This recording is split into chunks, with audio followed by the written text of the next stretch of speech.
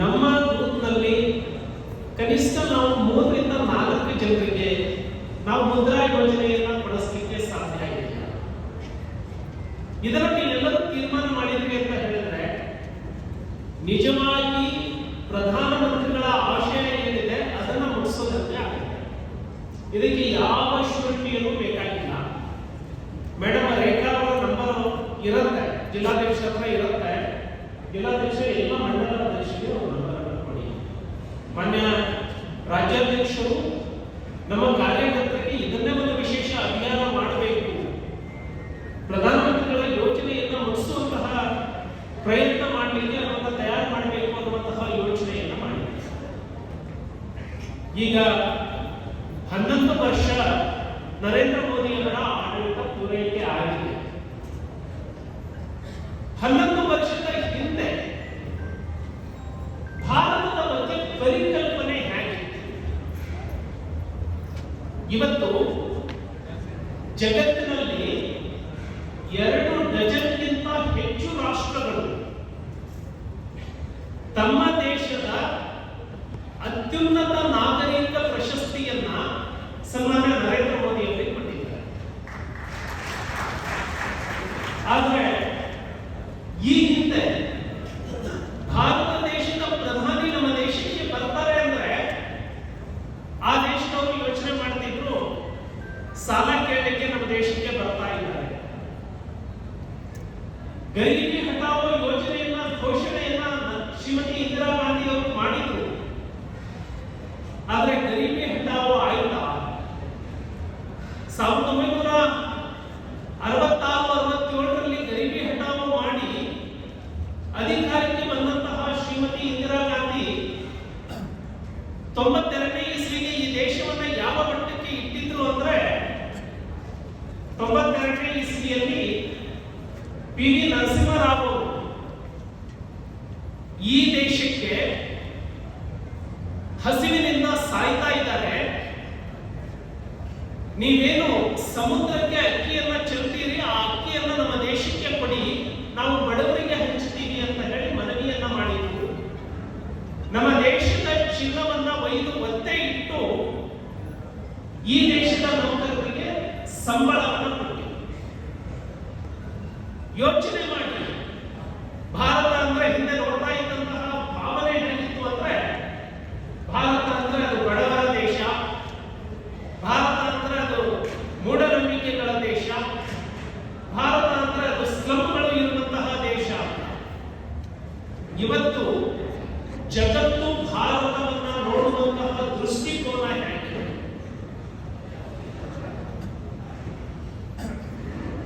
ನನಗೆ ಬಹಳ ಆಶ್ಚರ್ಯ ಆಗುವಂಥದ್ದು, ಈ ದೇಶಕ್ಕೆ ಬಹಳಷ್ಟು ಲಸಿಕೆಗಳನ್ನ ನಾವು ಪೂರೈಕೆ ಮಾಡಿದ್ದನ್ನ ಕೇಳಿದ್ದೀವಿ. ಆದ್ರೆ ಈ ದೇಶದಲ್ಲಿ ಯಾವ ಲಸಿಕೆಗಳು ತಯಾರಾಗಿರಲಿಲ್ಲ. ಹೋಗ್ಲಿ, ಬೇರೆ ದೇಶದಲ್ಲಿ ತಯಾರಾಗಿರುವಂತಹ ಲಸಿಕೆ ನಮ್ಮ ದೇಶಕ್ಕೆ ಸರಿಯಾದ ಟೈಮಿಂಗ್ ಆದ್ರೂ ಬಂದಿದಾವ? ಉದಾಹರಣೆಗೆ ನಿಮಗೆ ಹೇಳ್ತೀನಿ, BCG ಅನ್ನುವಂತಹ ಲಸಿಕೆ ವ್ಯಾಕ್ಸಿನ್ ಜಗತ್ತಿನಲ್ಲಿ ಕಂಡುಹಿಡಿದಿದ್ದು 1927ನೇ ಇಸ್ವಿಯಲ್ಲಿ.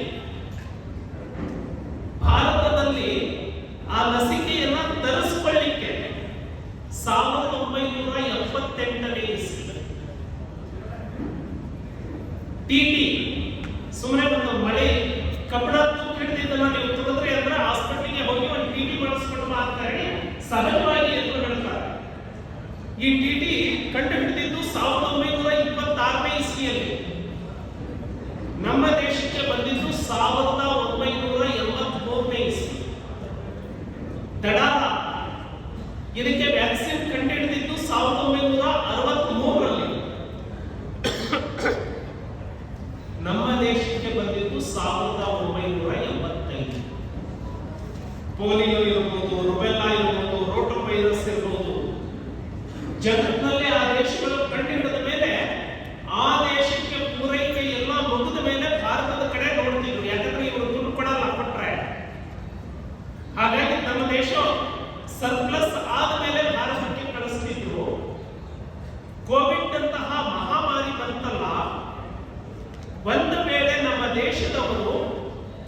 ವಿದೇಶಿ ವ್ಯಾಕ್ಸಿನ್ ಅನ್ನೇ ಕಂಡುಹಿಡಿದ ಮೇಲೆ ನಾವು ಬಳಸೋಣ ಅಂತ ಹೇಳಿ ಕೂತಿದ್ರೆ ಏನಾಗ್ತಿತ್ತು ಭಾರತ? ನೀವು ಯೋಚನೆ ಮಾಡಿ, ನರೇಂದ್ರ ಮೋದಿ ಅವರಂತಹ ನಾಯಕತ್ವ ಆ ಸಂದರ್ಭದಲ್ಲಿ ಎಲ್ಲೇ ಇದ್ದರೆ ಕೋವಿಡ್ಗೆ ಇಡೀ ಜಗತ್ತಿನಲ್ಲಿ ರಷ್ಯಾ ಮೊದಲು ಲಸಿಕೆಯನ್ನ ಕಂಡುಹಿಡಿತು. ಡಿಸೆಂಬರ್ 2020 ಇಸ್ವಿಗೆ ಭಾರತದಲ್ಲಿ ನಾವು ಕೋವಿಶೀಲ್ಡ್ ಮತ್ತೆ ಕೋವ್ಯಾಕ್ಸಿನ್ ಅನ್ನುವಂತಹ 2 ಲಸಿಕೆಯನ್ನ ಕಂಡುಹಿಡಿದ್ವಿ. ಯಾವಾಗ ಅಂದ್ರೆ ಜನವರಿ 2021. ಜಗತ್ತಿಗೆ ಮತ್ತೆ ಭಾರತಕ್ಕೆ ಕೇವಲ 1 ತಿಂಗಳ ಅಂತರ ಆಗಿತ್ತು. ಇದು ನರೇಂದ್ರ ಮೋದಿ ಅವರ ಬದಲಾವಣೆ. ಚಂದ್ರಯಾನ 3 ಬಹಳಷ್ಟು ಆಸಕ್ತಿಯಿಂದ ನಾವು ಟಿವಿ ಮುಂದೆ ಕೂತು ನೋಡಿದ್ವಿ. ನಮ್ಮ ಭೂಮಿಗೆ ಮತ್ತೆ ಚಂದ್ರನಿಗೆ ಇರುವಂತಹ ದೂರ 3,84,400 ಕಿಲೋಮೀಟರ್. 3,84,400 ಕಿಲೋಮೀಟರ್ ದೂರ ಭೂಮಿಯಿಂದ ಚಂದ್ರನ ಸೌತ್ ಪೋಲ್ಗೆ ಇರುವಂತಹ ದೂರ. ನಮ್ಮ ಭಾರತದ ವಿಜ್ಞಾನಿಗಳು, ಇಸ್ರೋ ವಿಜ್ಞಾನಿಗಳು ಚಂದ್ರನ ಸೌತ್ ಪೋಲ್ಗೆ ಇಡೀ ಜಗತ್ತಿನಲ್ಲಿ ಯಾವ ದೇಶವೂ ಕಳಿಸಿಲ್ಲ. ನಮ್ಮ ಭಾರತದ ವಿಜ್ಞಾನಿಗಳು ಉಪಗ್ರಹವನ್ನು ಸೌತ್ ಪೋಲ್ಗೆ ಕಳಿಸಿದ್ರು. ಸೌತ್ ಪೋಲ್ನಲ್ಲಿ ಯಾವ ಪಾಯಿಂಟ್ ಅಲ್ಲಿ ಇಳಿಸಬೇಕು ಅಂತ ಇದ್ರು ಅದೇ ಪಾಯಿಂಟ್ಗೆ ಇಳಿಸಿದ್ರು. ಆ ಸಂದರ್ಭದಲ್ಲಿ ಸನ್ಮಾನ್ಯ ನರೇಂದ್ರ ಮೋದಿ ಅವರು ವಿದೇಶಿ ಪ್ರವಾಸದಲ್ಲಿದ್ದರು. ಆ ಲ್ಯಾಂಡಿಂಗ್ ಟೈಮಿಗೆ ವಿದೇಶದಿಂದ ನೇರ ಪ್ರಸಾರದಲ್ಲಿ ಅವರು ಭಾರತವನ್ನು ಉದ್ದೇಶಿಸಿ ಮಾತನಾಡಿದರು. ನಿಮಗೆ ಆಶ್ಚರ್ಯ ಆಗ್ಬೋದು, ಏನು ಪ್ರಧಾನಮಂತ್ರಿಗಳು ವಿಜ್ಞಾನಿಗಳು ಅಲ್ಲಿ ಕಳಿಸಿದ್ದಕ್ಕೆ ವಿದೇಶ ಪ್ರವಾಸದಲ್ಲಿದ್ದರೂ ಮಾತಾಡೋ ಅಗತ್ಯ ಇತ್ತ?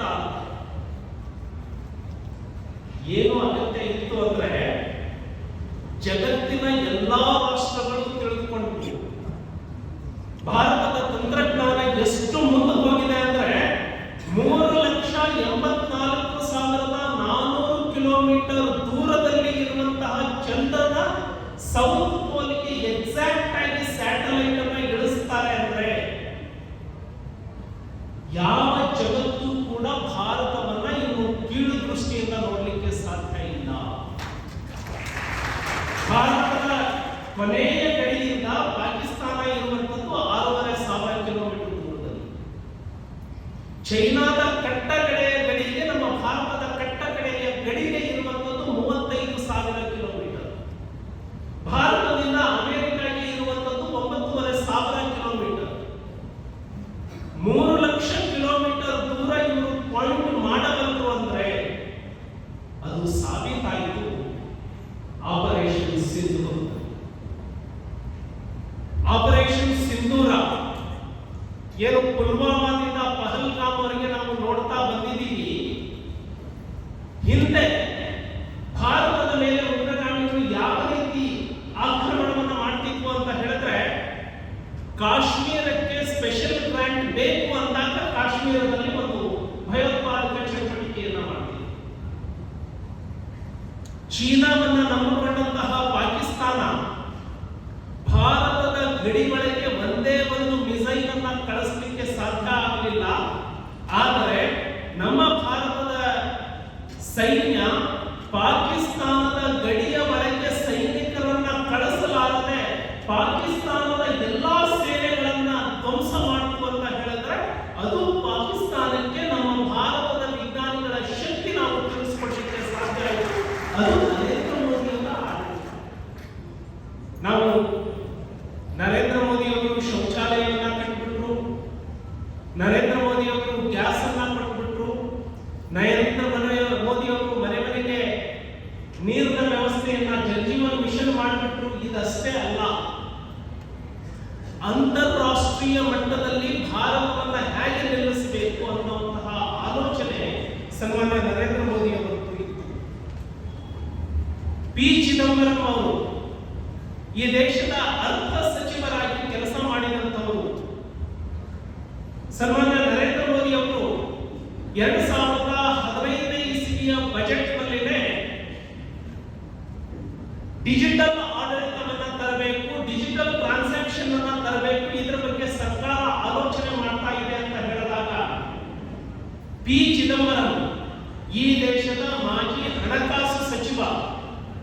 ಸದನದಲ್ಲಿ ಆನ್ ರೆಕಾರ್ಡ್ ಇದೆ, ಅದು ಸದನದಲ್ಲಿ ಏನು ಹೇಳಿದ್ರು? ನರೇಂದ್ರ ಮೋದಿ ಅವರು ಈ ದೇಶದಲ್ಲಿ ಡಿಜಿಟಲ್ ಟ್ರಾನ್ಸಾಕ್ಷನ್ ಅನ್ನ ತರ್ತೀನಿ ಅಂತ ಹೇಳ್ತಾರೆ. ನರೇಂದ್ರ ಮೋದಿ ಅವರೇ, ಹಳ್ಳಿಯಲ್ಲಿ ಇಂಟರ್ನೆಟ್ ಇದೆಯಾ? ಹಳ್ಳಿಯಲ್ಲಿ POS ಸಿಸ್ಟಮ್ ಅನ್ನ ಇಟ್ಟಿದ್ದೀರಾ? ಹಳ್ಳಿಗೆ ನೀವು ಮನಿ ಡ್ರಾ ಮಾಡಲಿಕ್ಕೆ ATM ಅನ್ನ ಇಡ್ಲಿಕ್ಕೆ ನಿಮಗೆ ಸಾಧ್ಯ ಆಗುತ್ತಾ? ಹೇಗೆ ಡಿಜಿಟಲ್ ಟ್ರಾನ್ಸಾಕ್ಷನ್ ಅನ್ನ ಈ ದೇಶದಲ್ಲಿ ತರ್ತೀರಿ ಅಂತ ಹೇಳಿ ಬೇರೆ ಯಾರು ಮಾತನಾಡಲಿಲ್ಲ. ಈ ದೇಶದ ಹಿಂದಿನ ಹಣಕಾಸು ಮಂತ್ರಿ ನರೇಂದ್ರ ಮೋದಿ ಅವರಿಗೆ ಚಾಲೆಂಜ್ ಮಾಡಿದ್ರು. ಆದ್ರೆ ಇವತ್ತು ರಸ್ತೆ ಬದಿಯಲ್ಲಿ ತರಕಾರಿ ಮಾಡುವಂತಹ ಹೆಣ್ಣುಮಗಳು, ಯಾವುದೋ ಒಂದು ಸಣ್ಣ ಕಿರಾಣಿ ಅಂಗಡಿಯನ್ನ ಇಟ್ಕೊಂಡಿರುವಂತವರು ಕೂಡ ಇವತ್ತು ಫೋನ್ ಪೇ ಮೂಲಕ ಟ್ರಾನ್ಸಾಕ್ಷನ್ ಅನ್ನ ಮಾಡ್ತಾ ಇದ್ದಾರೆ. ವೀಸಾನ ಹಿಂದಿಕ್ಕಿ ಇವತ್ತು ಡಿಜಿಟಲ್ ಟ್ರಾನ್ಸಾಕ್ಷನ್ ಅಲ್ಲಿ ಜಗತ್ತಿನ ನಂಬರ್ 1 ಆಗಿದೆ. ತಾವು ಬೆಂಗಳೂರಿನಲ್ಲಿ ಈಗ ಒಂದು ಗಲಭೆ ನಡೀತಾ ಇರುವಂತದ್ದು, ಒಂದು ಗೊಂದಲ ನಡೀತಾ ಇರುವಂತದ್ದು ನೋಡ್ತಾ ಇದ್ದೀವಿ. ಬೇಕರಿಗಳಿಗೆ, ಕಾಂಡಿಮೆಂಟ್ಸ್ಗಳಿಗೆ ನೋಟಿಸ್ ಅನ್ನ ಕೊಟ್ಟಿದ್ದಾರೆ. ಇದು ಈ ದೇಶದ ಡಿಜಿಟಲ್ ಅರ್ಥವ್ಯವಸ್ಥೆಯನ್ನ ಅರಗಿಸಿಕೊಳ್ಳಲಿಕ್ಕೆ ಸಾಧ್ಯ ಆಗದೆ ಕಾಂಗ್ರೆಸ್ನವರು ಹುಟ್ಟು ಹಾಕ್ತಾ ಇರುವಂತಹ ಗೊಂದಲ. ಬೆಂಗಳೂರಿನಲ್ಲಿ ಇರುವಂತಹ, ಕರ್ನಾಟಕದಲ್ಲಿ ಇರುವಂತಹ ಬೇಕರಿ ವ್ಯಾಪಾರಸ್ಥರಿಗೆ, ಕಾಂಡಿಮೆಂಟ್ಸ್ ವ್ಯಾಪಾರಸ್ಥರಿಗೆ, ಹೂ ವ್ಯಾಪಾರಸ್ಥರಿಗೆ ಬೆಂಗಳೂರಿನ ಅಧಿಕಾರಿಗಳು, ಕಮರ್ಷಿಯಲ್ ಟ್ಯಾಕ್ಸ್ ಆಫೀಸರ್ಸ್ ನೋಟಿಸ್ ಕೊಟ್ಟಿದ್ದಾರೆ. ನೀವು ಇಷ್ಟು ಲಕ್ಷ ತೆರಿಗೆಯನ್ನ ಕಟ್ಟಬೇಕು ಅಂತ ಹೇಳಿ. ಆದ್ರೆ ಸರ್ಕಾರ ಯಾವುದು GST ವ್ಯಾಪ್ತಿಗೆ ಒಳಪಡುತ್ತೆ, ಯಾವುದು GST ವ್ಯಾಪ್ತಿಗೆ ಒಳಪಡೋದಿಲ್ಲ, ಇದನ್ನ ಯೋಚನೆ ಮಾಡಲಾರದೆ ನೋಟಿಸ್ ಅನ್ನ ಕೊಟ್ಟಿದ್ದಾರೆ. ಇದರ ವಿರುದ್ಧ ಭಾರತೀಯ ಜನತಾ ಪಕ್ಷ ದೊಡ್ಡ ಅಭಿಯಾನವನ್ನು ತೆಗೆದುಕೊಂಡಿದೆ. ಇರುವಂತಹ ಹಿಂದೆ ಇರುವಂತಹ ಉದ್ದೇಶ ಇಷ್ಟೇ.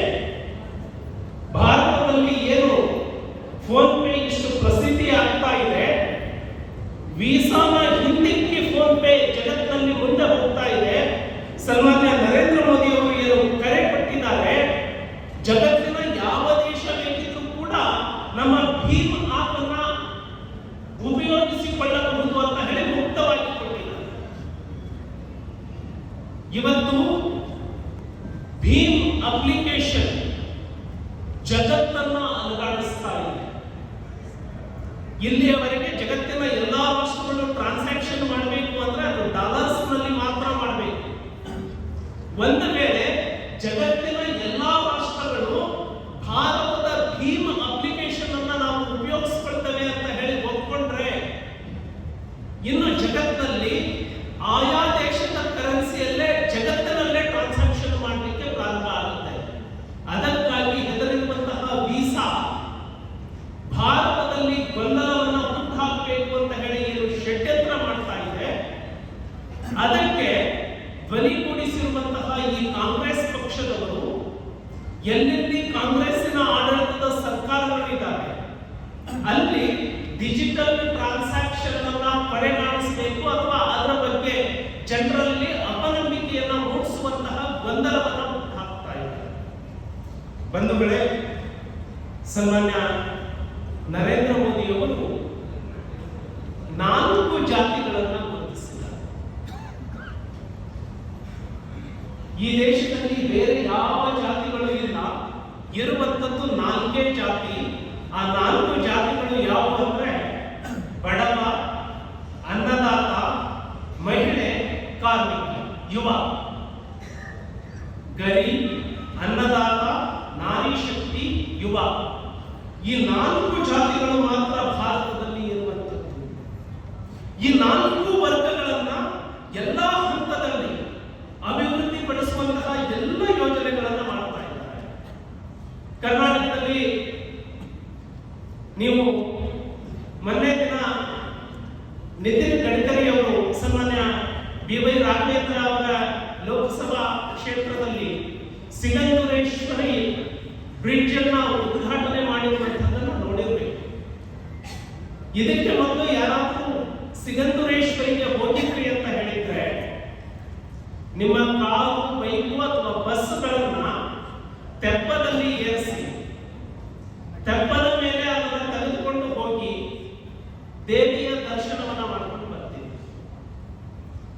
ಇದಕ್ಕಾಗಿ ದಶಕಗಳಿಂದ ಬೇಡಿಕೆ.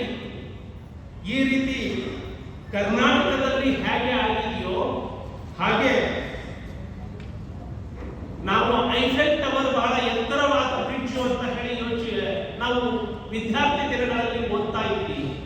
ಇವತ್ತು ಜಗತ್ತಿನ ಎತ್ತರದ ಸೇತುವೆಯಾಗಿ ಚೀನಾದ ಸೇತುವೆ ನಿಂತಿದೆ. 40 ವರ್ಷಗಳವರೆಗೆ ಯಾವ ಬೋಗಿಬಿಲ್ ಸೇತುವೆಯನ್ನ ಕಟ್ಟಲಿಕ್ಕೆ ಪೂರ್ಣಗೊಳಿಸಲಿಕ್ಕೆ ಸಾಧ್ಯ ಆಗಲಿಲ್ವೋ ಅದನ್ನ ನರೇಂದ್ರ ಮೋದಿ ಅವರು ಮಾಡಿದ್ದಾರೆ. ಆರೋಗ್ಯದಿಂದ ಯಾರು ಕೂಡ ವಂಚಿತ ಆಗಬಾರದು. ಆಗ ಎಪಿಎಲ್ ಆಗಿರಲಿ ಅಥವಾ ಬಿಪಿಎಲ್ ಆಗಿರಲಿ 70 ವರ್ಷ ಮೀರಿದ್ರೆ ಪ್ರತಿಯೊಬ್ಬರಿಗೂ ಕೂಡ ಆರೋಗ್ಯದ ಸುರಕ್ಷತೆ ಇರಬೇಕು ಅನ್ನುವಂತಹ ಆಯುಷ್ಮಾನ್ ಭಾರತ್ ಯೋಜನೆ, ಜನರಿಗೆ ಜನಸಾಮಾನ್ಯರಿಗೆ ಉಪಯೋಗ ಆಗುವಂತಹ ಜನೌಷಧಿ ಕೇಂದ್ರಗಳು, ಜನೌಷಧಿ ಕೇಂದ್ರಗಳಿಂದ ಎಷ್ಟು ಬಡವರಿಗೆ ಅನುಕೂಲ ಆಗುತ್ತೆ ಅಂತ ಹೇಳಿದ್ರೆ, ಯಾವುದು 400 ರೂಪಾಯಿಗೆ ನೀವು ಮಾತ್ರೆಯನ್ನ ಮೆಡಿಕಲ್ ಶಾಪ್ ಅಲ್ಲಿ ಖರೀದಿ ಮಾಡ್ತೀರೋ ಅದು 38 ರೂಪಾಯಿಗೆ ಜನೌಷಧಿ ಕೇಂದ್ರದಲ್ಲಿ ಸಿಗುತ್ತೆ. ಇದನ್ನ ಅರ್ಪಿಸಿಕೊಳ್ಳಲಿಕ್ಕೆ ಕಾಂಗ್ರೆಸ್ಗೆ ಆಗ್ತಾ ಇಲ್ಲ. ಹಾಗಾಗಿ ಸರ್ಕಾರಿ ಆಸ್ಪತ್ರೆಯ ವ್ಯಾಪ್ತಿಯಿಂದ ಜನೌಷಧಿ ಕೇಂದ್ರಗಳನ್ನ ತೆರವುಗೊಳಿಸಬೇಕು ಅಂತ ಹೇಳಿ ಸರ್ಕಾರ ಆದೇಶ ಮಾಡಿತು. ಹೈಕೋರ್ಟ್ ಈ ಸರ್ಕಾರಕ್ಕೆ ಛೀಮಾರಿ ಹಾಕಿದ ಮೇಲೆ ಯಾವುದೇ ಜನೌಷಧಿ ಕೇಂದ್ರಗಳನ್ನ ತೆರವುಗೊಳಿಸಬಾರದು ಅನ್ನುವಂಥದ್ದಿದೆ. ಆರೋಗ್ಯ ಕ್ಷೇತ್ರಕ್ಕೆ ಸಂಬಂಧಪಟ್ಟಂತೆ ಆಯುಷ್ಮಾನ್ ಭಾರತ, ಜನೌಷಧಿ, ಇಂದ್ರಧನುಷ್, ಕೋವಿಡ್ ನಿರ್ವಹಣೆ, ಇವು ನರೇಂದ್ರ ಮೋದಿ ಅವರ ನಾಯಕತ್ವ ಎಷ್ಟು ಪ್ರಬುದ್ಧವಾಗಿದೆ ಅನ್ನೋದು ಗೊತ್ತಾಗುತ್ತೆ. ಅದೇ ರೀತಿ ರಕ್ಷಣಾ ವ್ಯವಸ್ಥೆ, ಪಹಲ್ಗಾಮ್ ನಂತರದಲ್ಲಿ ಸನ್ಮಾನ್ಯ ನರೇಂದ್ರ ಮೋದಿ ಅವರ ಘೋಷಣೆ ಏನಾಗಿದೆ ಅಂದ್ರೆ, ರಕ್ತ ಮತ್ತು ನೀರು ಒಟ್ಟಿಗೆ ಹರಿಯೋದಿಲ್ಲ, ಶಾಂತಿಯ ಮಾತುಕತೆ ಮತ್ತು ಭಯೋತ್ಪಾದನೆ ಎರಡು ಒಟ್ಟಿಗೆ ಹೋಗೋದಿಲ್ಲ. ಇದನ್ನ ಹೇಳುವಂತಹ ಧೈರ್ಯ ಹಿಂದಿನ ಸರ್ಕಾರಗಳಿಗೆ ಇತ್ತ. ಹಿಂದೆ ಸುಮಾರು 45-50 ವರ್ಷಗಳನ್ನು ಒಂದೇ ಪಕ್ಷ ಈ ದೇಶದಲ್ಲಿ ನಡೆಸಿದ್ರು.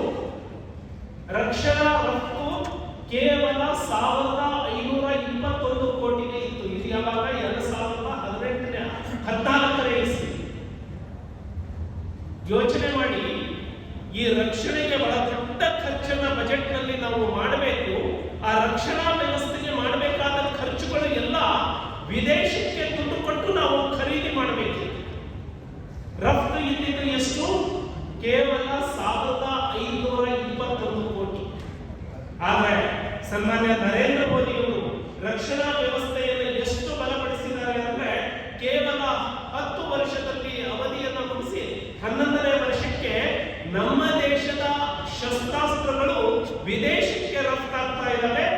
ಈ ಕೇವಲ 11 ವರ್ಷದ ಅವಧಿಯಲ್ಲಿ 23,600 ಕೋಟಿ ರೂಪಾಯಿಗಳ ವಿದೇಶಿ ಶಸ್ತ್ರಾಸ್ತ್ರಗಳಿಗೆ ನಾವು ರಫ್ತನ್ನ ಮಾಡಿದ್ದೇವೆ. ಇದು ನರೇಂದ್ರ ಮೋದಿ ಅವರ ಮಧ್ಯಮ ವರ್ಗಗಳಿಗೆ ವಿಮಾನ ಅನ್ನುವಂಥದ್ದು ಕನಸಿನ ಕಲ್ಪನೆ. ಸನ್ಮಾನ್ಯ ನರೇಂದ್ರ ಮೋದಿ ಅವರು ಈ ದೇಶದ ಪ್ರಧಾನಮಂತ್ರಿಯಾಗಿ ಅಧಿಕಾರ ಸ್ವೀಕಾರ ಮಾಡಿದಾಗ ಈ ದೇಶದಲ್ಲಿ 18,000 ಹಳ್ಳಿಗಳಿಗೆ ವಿದ್ಯುತ್ ಸಂಪರ್ಕ ಇದೆ. ಕಾಂಗ್ರೆಸ್ಸಿನ ಆಡಳಿತದಲ್ಲಿ ಅಧಿಕಾರಿ ವರ್ಗಗಳು ಹೇಗೆ ಹೊಂದ್ಕೊಂಡ್ಬಿಟ್ಟಿತ್ತು ಅಂತ ಹೇಳಿದ್ರೆ, ಸನ್ಮಾನ್ಯ ನರೇಂದ್ರ ಮೋದಿ ಅವರು ಹೇಳ್ತಾರೆ, ಎಲ್ಲಾ ಹಳ್ಳಿಗಳಿಗೆ ಈ ದೇಶದಲ್ಲಿ ಒಂದು ಹಳ್ಳಿ ಕೂಡ ವಿದ್ಯುತ್ ಸಂಪರ್ಕದಿಂದ ಹೊರಗೆ ಉಳಿಬಾರದು. ಹಾಗಾಗಿ ಅತಿ ತುರ್ತಾಗಿ ಮಾಡಬೇಕು ಅಂದ್ರೆ ಎಷ್ಟು ದಿನದಲ್ಲಿ ಮಾಡಬಹುದು. ಅವಾಗ ಅಧಿಕಾರಿಗಳು ಅವರದೇ ಆಡಳಿತ, ಕಾಂಗ್ರೆಸ್ನ ಆಡಳಿತದಲ್ಲಿ ಹೊಂದಿಕೊಂಡು ಬಿಟ್ಟವರು ಅಧಿಕಾರಿಗಳು ನರೇಂದ್ರ ಮೋದಿ ಅವರಿಗೆ ಹೇಳ್ತಾರೆ, ಸರ್ ನೀವು ಸಂಪೂರ್ಣವಾಗಿ ಸಪೋರ್ಟ್ ಮಾಡ್ತೀರಿ ಮತ್ತೆ ಬಜೆಟ್ ಕೊಡ್ತೀರಿ ಅನ್ನೋದಾದ್ರೆ 1 ವರ್ಷಕ್ಕೆ 1,000 ಹಳ್ಳಿಗಳನ್ನ ಮಾಡ್ತಾರೆ. 18 ವರ್ಷದಲ್ಲಿ ನಾವು ಈ ದೇಶದಲ್ಲಿ ಎಲ್ಲಾ ಹಳ್ಳಿಗೆ ಕರೆಂಟ್ ಕೊಡ್ತೀವಿ ಸರ್. ನರೇಂದ್ರ ಮೋದಿ ಹೇಳ್ತಾರೆ, ಇದು ಕಾಂಗ್ರೆಸ್ಸಿನ ಆಡಳಿತ ಅಲ್ಲ, ಇದು ನರೇಂದ್ರ ಮೋದಿಯ ಆಡಳಿತ. 18,000 ಹಳ್ಳಿಗಳನ್ನ ಒಂದೇ ವರ್ಷದಲ್ಲಿ ವಿದ್ಯುದೀಕರಣ ಮಾಡಬೇಕು ಅಂತ ಹೇಳಿ ಘೋಷಣೆ ಮಾಡ್ತಾರೆ. ಅದನ್ನು ಸಾಧಿಸಿ ತೋರಿಸ್ತಾರೆ. ಸ್ವಾತಂತ್ರ್ಯ ಬಂದು 70 ವರ್ಷಗಳವರೆಗೆ ಯಾವ ಹಳ್ಳಿಗಳಿಗೆ ಕರೆಂಟ್ ಇರಲಿಲ್ವೋ ಒಂದೇ ವರ್ಷದಲ್ಲಿ ನರೇಂದ್ರ ಮೋದಿ ಅವರ ಆಡಳಿತದಲ್ಲಿ ವಿದ್ಯುತ್. ಯುವಕರನ್ನ ಸಶಕ್ತೀಕರಣಗೊಳಿಸುವಂಥದ್ದು. AIMS all India medical sciences 23 ಯೂನಿಟ್ಗಳನ್ನು ಪ್ರಾರಂಭ ಮಾಡಿದ್ರು. IIM 21 ಆಗಿದೆ. ಸ್ಟಾರ್ಟ್ಅಪ್ ಇಂಡಿಯಾ ಇರಬಹುದು, ಮೇಕ್ ಇನ್ ಇಂಡಿಯಾ ಇರಬಹುದು. ಕರ್ನಾಟಕದಲ್ಲಿ ಮಾತ್ರ ಅಲ್ಲ, ಕರ್ನಾಟಕದಲ್ಲಿ ಏನು ಅಭಿವೃದ್ಧಿ ಆಗಿದೆ ಅದು ಇಡೀ ದೇಶದಲ್ಲಿ ಕೃಷಿ ಸಮ್ಮಾನ್ ಯೋಜನೆಯ ಮೂಲಕ ಪ್ರತಿ ರೈತನನ್ನ ಸಶಕ್ತೀಕರಣಗೊಳಿಸುವಂತಹ ಕೆಲಸವನ್ನ ಸನ್ಮಾನ್ಯ ನರೇಂದ್ರ ಮೋದಿ ಅವರು ಮಾಡಿದರು. ಮಧ್ಯಮ ವರ್ಗಗಳಿಗೆ ಶಕ್ತಿ ತುಂಬುವಂತಹ ಉಡಾನ್ ಯೋಜನೆ ಇರಬಹುದು, ಮೆಟ್ರೋ ಯೋಜನೆ ಇರಬಹುದು, PM ಆವಾಸ್ ಇರಬಹುದು, ಒಮ್ಮತಿ ಯೋಜನೆ ಇರಬಹುದು. ಇವೆಲ್ಲವೂ ಕೂಡ ಇವತ್ತು ಜನಸಾಮಾನ್ಯರಿಗೆ ಕೈಗೆ ಎಟುಕುವ ರೀತಿಯಲ್ಲಿ ನಿಂತಿದೆ. ನೀವು ಯೋಚನೆ ಮಾಡಿ, 10 ವರ್ಷದ ಹಿಂದೆ ಭಾರತ ತಾನು ಯಾವಾಗಲೂ ಕಂಪೇರ್ ಮಾಡ್ಕೊಳ್ಬೇಕು ಅಂದ್ರೆ ಪಾಕಿಸ್ತಾನದ ಜೊತೆಗೆ ಕಂಪೇರ್ ಮಾಡ್ಕೊಳ್ತಿತ್ತು, ತನ್ನನ್ನು ಕಂಪೇರ್ ಮಾಡ್ಕೊಳ್ಬೇಕು ಅಂದ್ರೆ ಶ್ರೀಲಂಕಾ ಜೊತೆಗೆ ಕಂಪೇರ್ ಮಾಡ್ಕೊಳ್ತಿತ್ತು, ಅಥವಾ ತನ್ನನ್ನು ಕಂಪೇರ್ ಮಾಡ್ಕೊಳ್ಬೇಕಿತ್ತು ಅಂದ್ರೆ ಯಾವುದೋ ಆಫ್ರಿಕನ್ ಕಂಟ್ರೀಸ್ ಜೊತೆಗೆ ಕಂಪೇರ್ ಮಾಡ್ಕೊಳ್ತಾ ಇತ್ತು. ಇವತ್ತು ಜಗತ್ತಿನ 4ನೇ ಅತಿ ದೊಡ್ಡ ಆರ್ಥಿಕ ಶಕ್ತಿಯಾಗಿ ಭಾರತ ನಿಂತಿದೆ. ಇವತ್ತು ನೀವು ಶ್ರೀಲಂಕಾ ಆರ್ಥಿಕತೆ, ಇವತ್ತು ಪಾಕಿಸ್ತಾನದ ಆರ್ಥಿಕತೆ ಮತ್ತು ಭಾರತದ ಆರ್ಥಿಕತೆ ಅಜಗಜಾಂತರ ವ್ಯತ್ಯಾಸ. ಒಂದು ಕಾಲದಲ್ಲಿ ನಾವೆಲ್ಲ ಒಂದೇ ಪ್ಲಾಟ್ಫಾರ್ಮ್ ಅಲ್ಲಿ ಇದ್ದು, ಇವುಗಳನ್ನೆಲ್ಲ ಥರ್ಡ್ ವರ್ಲ್ಡ್ ಕಂಟ್ರೀಸ್ ಅಂತ ಹೇಳಿ ಕರೀತೀವಿ, ತೃತೀಯ ಜಗತ್ತಿನ ರಾಷ್ಟ್ರಗಳು ಅಂತ ಹೇಳಿ ಕರೀತೀವಿ. ಬಹಳಷ್ಟು ಜನ ಇಲ್ಲಿದ್ದವರು ತಾವು ಪ್ರಬಂಧ ಬಂದಾಗ ಇದನ್ನೇ ಬರೀತಿರ್ತೀರಿ, ಭಾರತ ಬಡವರ ರಾಷ್ಟ್ರ, ಭಾರತದಲ್ಲಿ ಹಸಿವಿನ ಸಮಸ್ಯೆ ಇದೆ, ಭಾರತದಲ್ಲಿ ನಿರುದ್ಯೋಗ ಸಮಸ್ಯೆ ಇದೆ ಅಂತ. ಇವತ್ತು ನರೇಂದ್ರ ಮೋದಿ ಅವರ ಪರಿಕಲ್ಪನೆ ಕೌಶಲ್ಯವನ್ನು ಪಡೆದುಕೊಂಡಂತಹ ಒಬ್ಬನೇ ಒಬ್ಬ ಯುವಕ, ಕೌಶಲ್ಯವನ್ನು ಪಡೆದುಕೊಂಡಂತಹ ಒಬ್ಬಳೇ ಒಬ್ಬಳು ಯುವತಿ ನನಗೆ ಕೆಲಸ ಇಲ್ಲದೆ ನಾನು ಖಾಲಿ ಇದ್ದೀನಿ ಅನ್ನಬಾರದು. ಅದಕ್ಕಾಗಿ ಮುದ್ರಾದಿಂದ ಹಿಡಿದು ಮೇಕ್ ಇನ್ ಇಂಡಿಯಾ ಇರಬಹುದು, ಸ್ಟಾರ್ಟ್ಅಪ್ ಇಂಡಿಯಾ ಇರಬಹುದು, 50,000ದಿಂದ ಪ್ರಾರಂಭವಾಗುವಂತಹ ಈ ಯೋಜನೆಗಳು ಒಬ್ಬ ವ್ಯಕ್ತಿಗೆ 5 ಕೋಟಿಯವರೆಗೆ ಆರ್ಥಿಕ ಸ್ವಾವಲಂಬಿಯನ್ನ ಕೊಡುವಂತಹ ಯೋಜನೆಗಳು ತಂದಿದ್ದಾರೆ. ಹಾಗಾಗಿ ಇವತ್ತು ಗ್ಯಾರಂಟಿಯ ಬೆನ್ನು ಹತ್ಯೆ ಹೋಗ್ತಾ ಇರುವಂತಹ ಆಡಳಿತದ ಮಧ್ಯದಲ್ಲಿ ನಾವು ಸೂಕ್ಷ್ಮವಾಗಿ ಯೋಚನೆ ಮಾಡಬೇಕು. ಇರುವ ಆಸ್ತಿಯನ್ನ ಮತ್ತೆ ಇಟ್ಟು ಅದರ ಹಣವನ್ನ ಹಂಚಿಬಿಟ್ರೆ ನಾವೇನೋ ಕಲ್ಯಾಣ ಮಾಡಿದ್ವಿ ಅಂತ ಹೇಳಿ ಅಲ್ಲ. 40,000 ರೂಪಾಯಿಗೆ ಸಿಗ್ತಾ ಇದ್ದಂತಹ ಒಂದು ಟ್ರಾನ್ಸ್ಫಾರ್ಮರ್ ಇವತ್ತು 3 ಲಕ್ಷ ಕೊಟ್ಟು ನೀವು ಕೂರಿಸಿಕೊಳ್ಳುವಂತಹ ಪರಿಸ್ಥಿತಿ ಬಂದಿದೆ ಅಂದರೆ ಯಾವ ರೀತಿಯ ಅಭಿವೃದ್ಧಿಯನ್ನ ನಾವು ನೋಡ್ತಾ ಇದ್ದೇವೆ. ಹಾಗಾಗಿ ನಿಮ್ಮ ಮೇಲೆ ಬರತಕ್ಕಂಥ ಜವಾಬ್ದಾರಿ, ಈ ರಾಷ್ಟ್ರವನ್ನ ನಾವು ಮುಂದಿನ ತಲೆಮಾರಿಗೆ ಬಿಟ್ಟು ಹೋಗುವಾಗ ನಾವು ಎಂತಹ ಸಮುದಾಯಕ್ಕೆ, ಎಂತಹ ಸ್ಥಿತಿಯಲ್ಲಿ ನಾವು ಬಿಟ್ಟು ಹೋಗ್ತಾ ಇದ್ದೇವೆ. ನರೇಂದ್ರ ಮೋದಿ ಅವರ ಆಡಳಿತ, ಈ ಬದಲಾವಣೆ, ಇವುಗಳನ್ನ ಪ್ರತಿಯೊಬ್ಬರಿಗೂ ತಿಳಿಸುವಂತಹ ಕೆಲಸ ಎಲ್ಲರಿಂದ ಆಗಬೇಕಾಗಿದೆ. ಇದು ಕೇವಲ ಬಿಜೆಪಿಯ ಕಾರ್ಯಕರ್ತರು ಮಾಡಬೇಕು ಅಂತ. ಇವತ್ತು ವಿವಿಧ ಕ್ಷೇತ್ರಗಳ ಪ್ರಮುಖರು ಬಂದಿದ್ದೀರಿ, ಪಕ್ಷಾತೀತವಾದಂತಹ ಪ್ರಮುಖರು ಬಂದಿದ್ದೀರಿ, ತಾಯಂದಿರು ಬಂದಿದ್ದೀರಿ. ನೀವು ಕೂತಾಗ ಈ ಸರ್ಕಾರಗಳು ತೆಗೆದುಕೊಳ್ಳುವಂತಹ ನಿರ್ಧಾರಗಳು ನಮ್ಮ ಭವಿಷ್ಯವನ್ನ ಗಟ್ಟಿ ಮಾಡ್ತಾ ಇದ್ದಾವ, ಮುಂದಿನ ನಮ್ಮ ತಲೆಮಾರುಗಳನ್ನ ಸದೃಢಗೊಳಿಸುವಂತಹ ನಿರ್ಧಾರಗಳನ್ನ ಕೈಗೊಳ್ತಾ ಇದ್ದಾವ. ಈ ನಿಟ್ಟಿನಲ್ಲಿ ನೀವು ಯೋಚನೆ ಮಾಡಿ ಪ್ರತಿಯೊಬ್ಬರಿಗೆ ಇದನ್ನು ತಿಳಿಸುವಂತಹ ಕೆಲಸ ಆಗಬೇಕು. ಹಾಗಾಗಿ ನರೇಂದ್ರ ಮೋದಿ ಅವರ 11 ವರ್ಷಗಳ ಈ ಸುಶಾಸನ ಏನಿದೆ, ಈ ದಾರಿಯಲ್ಲಿ ಹೋಗುವಂತಹ ಚಿಂತನೆ ಇರುವಂತಹ ಪಕ್ಷಗಳಿಗೆ ನೀವೆಲ್ಲರೂ ಬೆಂಬಲಿಸಬೇಕು ಅನ್ನುವಂತಹ ಆಶಯವನ್ನು